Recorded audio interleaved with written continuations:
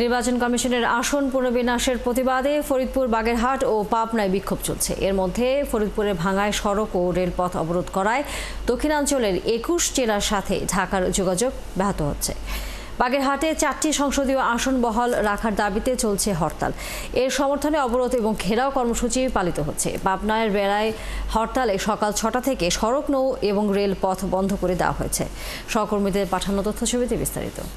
আপনার প্রিয় কাপড়ের যত্নে এলো এনজাইম সমৃদ্ধ Arik silver wash detergent powder 500 গ্রাম মাত্র 70 টাকা। প্রিমার্ক।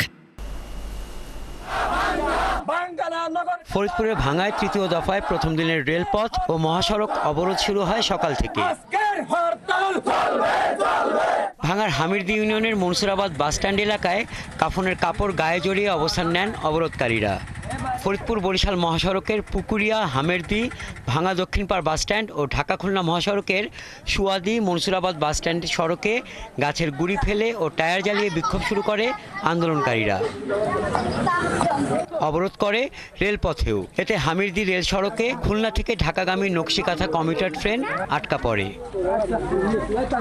এরই মধ্যে আন্দোলনের অন্যতম সমন্বয়ক আলগী ইউনিয়ন পরিষদ চেয়ারম্যান মোহাম্মদ সিদ্দিক মিয়াকে আটক করেছে ডিবি পুলিশ।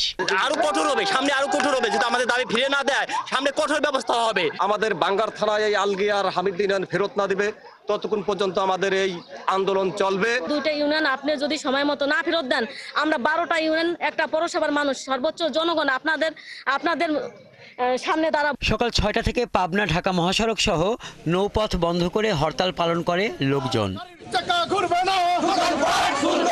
এ সময় তারা পাবনা ঢাকা মহাসড়কের বেড়া সিএনবি মোড়ে রাস্তায় গুঁড়ি ফেলে ও টায়ার জ্বালিয়ে অবরোধ করে।